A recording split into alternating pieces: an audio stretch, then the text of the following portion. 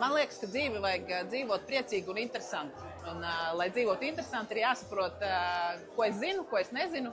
Ja mēs runājam par izglītību, tad šobrīd tāds interesants koncepts ir runāt par T-veidu izglītību, kur tas vertikālais ir manas zināšanas, dziļas zināšanas kaut kādā vienā tēmā, specifiskā tēmā.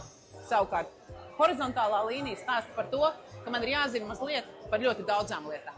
Un man liekas, ka šādi pasākumi, kā mums šodien, ir lielisks veids gan uzzināt kaut ko jaunu, gan aprunāties ar kolēģiem, apmainīties pieredzē, iekartēt sevi, ko es zinu, ko es nezinu, cik es esmu labs vai kur man varbūt vēl jāaug.